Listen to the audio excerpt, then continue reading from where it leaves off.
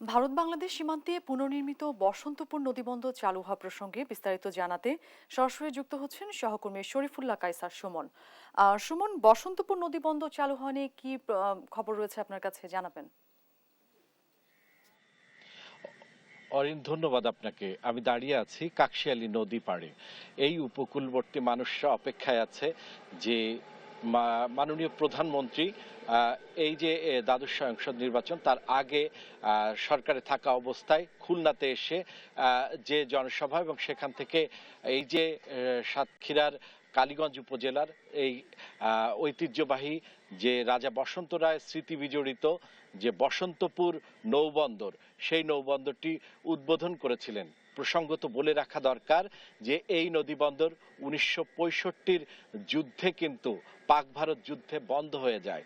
এটি কিন্তু একটি জমজমাট নৌবন্দর অতীতে ছিল, কিন্তু সেটি আবার পুনরায় চালুর ব্যাপারে দেশ টিভি কয়েক দফা সংবাদও প্রকাশ করে এবং সেটি সরকারের দৃষ্টিগোচর হয় এবং একই সাথে এই বন্দরটি পুনরায় চালুর ব্যাপারে মাননীয় প্রধানমন্ত্রী অনুশাসন প্রদান করেন এবং সেটি কিন্তু কার্যকরের পথে এগুচ্ছে। আগামীকাল চলে আসবেন নৌ পরিবহন প্রতিমন্ত্রী খালিদ মাহমুদ।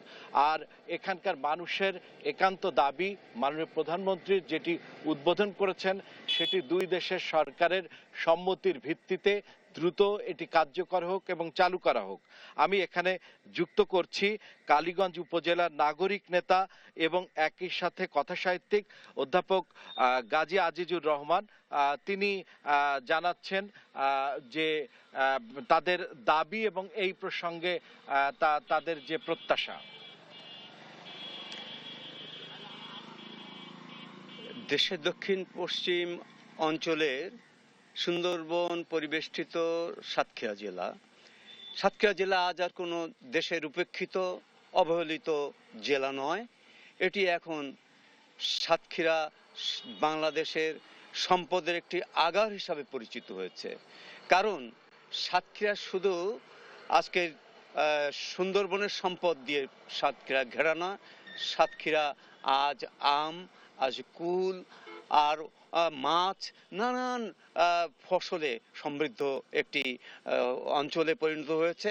সেই সাথে আজকে আমাদের যোগ হতে যাচ্ছে মণিকাঞ্চন যোগ, আমরা বলবো যে এই সম্পদের সাথে নতুন করে যুক্ত হতে যাচ্ছে বসন্তপুর নৌবন্দর, যেটি প্রধানমন্ত্রী ইতোমধ্যেই ঘোষণা করেছেন এবং এটি উদ্বোধিত হয়েছে এবং এর কার্যক্রমও মোটামুটিভাবে শুরু হয়েছে।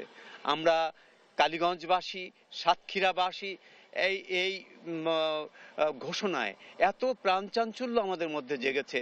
আমরা যে শুনছিলাম অরিন, যে এই সেই নদী, যে কাকশিয়ালী নদী, এখান থেকেই কিন্তু এইটি কিন্তু সেই বঙ্গবন্ধু পরিবারের স্মৃতি বিজড়িত। এখান থেকেই কিন্তু সেই মুক্তিযুদ্ধকালীন সময় এখান থেকে ভারতে চলে গিয়েছিলেন, যে কারণে এখানে প্রধানমন্ত্রীর আবেগও এর সাথে জড়িত এবং সে কারণেই এখানকার মানুষের দাবিটিও কিন্তু বেশ প্রস্ফুটিত হচ্ছে এবং এখানকার বাণিজ্য, দেশের অর্থনৈতিক সমৃদ্ধির জন্য, দুই দেশের অর্থনৈতিক সমৃদ্ধির জন্য এই বন্দর অতি দ্রুত কার্যকর করা এবং চালু করার দাবি।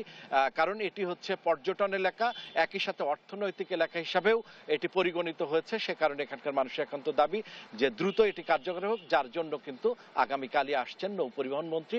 মানুষ প্রত্যাশায় আছে নিশ্চয়ই এটি দ্রুত কার্যকর হবে। এই ছিল সর্বশেষ।